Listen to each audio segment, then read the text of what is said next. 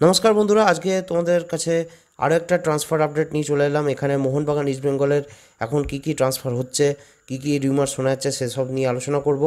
তো প্রথম রিউমারটা হচ্ছে জেমি ম্যাকলারেনকে নিয়ে।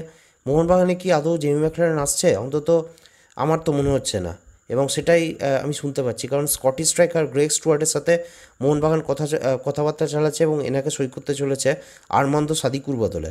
যদিও আর্মান্দো সাদিকু এখনও মোহনবাগানের কন্ট্রাক্টের মধ্যে রয়েছে, তবু অনেক দিন ধরেই শোনা যাচ্ছে আর্মান্দো সাদিকুকে কিন্তু মোহনবাগান রাখবে না, ছেড়ে দেবে। এবং আর্মান্দো সাদিকু সাথে কেরালা ব্লাস্টার্স ম্যানেজমেন্ট এখন কথা চালাচ্ছে। তো যাই হোক, দেখা যাক এনাকে সই করাতে পারে কি না, মানে গ্রেগ স্টুয়ার্টকে সই করাতে পারে কি না মোহনবাগান। আর গ্রেগ স্টুয়ার্টের কথা তো নতুন করে বলার কিছু নেই। ইনি আইএসএলে আগেও খেলেছিলেন জামশেদপুর এফসি এবং মুম্বাই সিটি এফসির হয়ে।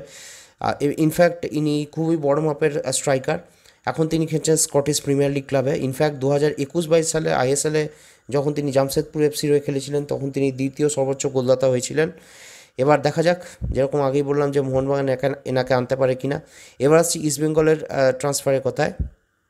ইস্টবেঙ্গল জ্যাকসন সিংয়ের যিনি জ্যাকসন সিংয়ের সাথে কথাবার্তা চালাচ্ছেন। জ্যাকসন সিং, যিনি ইন্ডিয়ান জাতীয় দলের রেগুলারলি খেলে থাকেন অ্যাজ এ ডিফেন্সিভ মিডফিল্ডার, এবং উনি অনূর্ধ্ব 17 বিশ্বকাপেও খেলেছিলেন 2017-তে, যেটা ইন্ডিয়াতে হয়েছিল। 3টি ম্যাচে ইনি খেলেছিলেন এবং 3টি ম্যাচে ইন্ডিয়া হেরেছিল। এবং সেই গোটা টুর্নামেন্টে ইন্ডিয়া একটি মাত্র গোল করেছিল, সেটা কিন্তু এই জ্যাকসন সিংয়ের থ্রুতেই গোলটা ইন্ডিয়া করতে পেরেছিল। এবং এনাকে ইস্টবেঙ্গল আনার জন্য খুব চেষ্টা চালিয়ে যাচ্ছে বলেই খবর।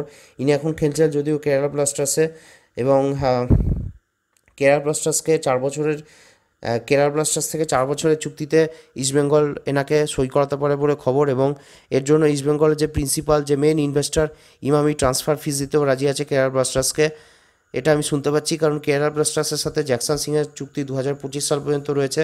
তার মানে চুক্তি ভেঙে যদি এনাকে আনতে হয়, তাহলে কেন ক্লাবকে ট্রান্সফার ফি দিতে হবে, এবং সেটা দিতে কিন্তু ইস্টবেঙ্গল রাজি আছে। আরেকটি ক্লাব কিন্তু এনার ব্যাপারে খুবই ইন্টারেস্টেড, সেটা হচ্ছে মোহনবাগান। এই মোহনবাগানও কিন্তু শোনা যাচ্ছে যে তরুণ মিডফিল্ডারকে সই করার জন্য আগ্রহ প্রকাশ করেছে। এবার দেখা যাক জ্যাকসন কি কেরালা ব্লাস্টার্সেই থাকে, না ইস্টবেঙ্গলে জয়েন করে কিংবা মোহনবাগানে জয়েন করে। যদিও যে সম্ভাবনাটার কথা মনে হচ্ছে, সমস্ত জায়গা থেকে জানতে পারছি ইস্টবেঙ্গলে জয়েন করার সম্ভাবনা প্রায় খুবই প্রবল, এবং প্রায় মোটামুটি 90% কনফার্ম যে ইনি ইস্টবেঙ্গলে তোমরা দেখতে পাবে এনাকে নেক্সট ইয়ারে, কিংবা এই ইয়ার যে আইএসএলটা শুরু হচ্ছে সেখান থেকে। এবার নেক্সট আপডেটের কথায় আসি। এআইএফএফের নতুন কোচ রিক্রুট করার জন্য সেন্ট্রাল গভর্নমেন্টের কাছ থেকে সাহায্য চেয়েছে বলে খবর। কারণ চুক্তির মধ্যে থাকা ইগর স্টিমাচকে ছেড়ে দেওয়ার জন্য এআইএফএফ খুব মুশকিলে পড়ে গেছে। কারণ এআইএফএফের সাথে চুক্তি ছিল ইগর স্টিমাচের 2026 সাল পর্যন্ত, এবং চুক্তির মধ্যে তাকে রিলিজ করে দেওয়া হয়। চুক্তির সমস্ত যে পুরো টাকাটা, যে স্যালারি আছে, সেটাই কিন্তু এটা শুনতে পাচ্ছি যে এআইএফএফকে শেয়ার করতে হবে। মানে খুব সম্ভবত এনার যে স্যালারি ছিল 3 কোটি থেকে 6 কোটি টাকা পর্যন্ত দেওয়া হতে পারে।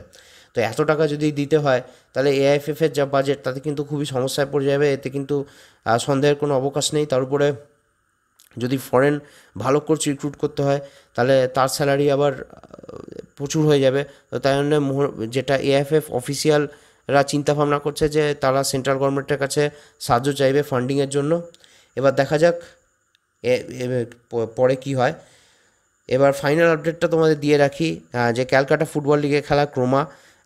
তোমরা যদি অনেক দিন ধরে ফুটবল দেখে থাকো, তাহলে নিশ্চয়ই এনাকে চিনবে। ইনি মোহনবাগান এবং ইস্টবেঙ্গল দুটি ক্লাবের হয়ে খেলেছিলেন, কিছুদিন ক্যালকাটা ফুটবল লিগেও খেলেছিলেন, এবং ফাইনালি তিনি লাস্ট ইয়ারে খেলেছিলেন ন্যারোকা এফসির হয়ে। তিনি কিন্তু ব্রেন স্ট্রোকে আক্রান্ত হয়ে এখন হাসপাতালে রয়েছেন। তো ওনার দ্রুত আরোগ্য আমি কামনা করছি। তো দেখা যাক ইনি সুস্থ কবে হয়ে ওঠেন। তো এই সমস্ত ফুটবলের আপডেট তোমাদের সাথে শেয়ার করার ছিল। আমার ভিডিওটা শোনার জন্য ধন্যবাদ। আমার চ্যানেলটা পারলে সাবস্ক্রাইব করো। Good night, I see you all later. Thanks for listening.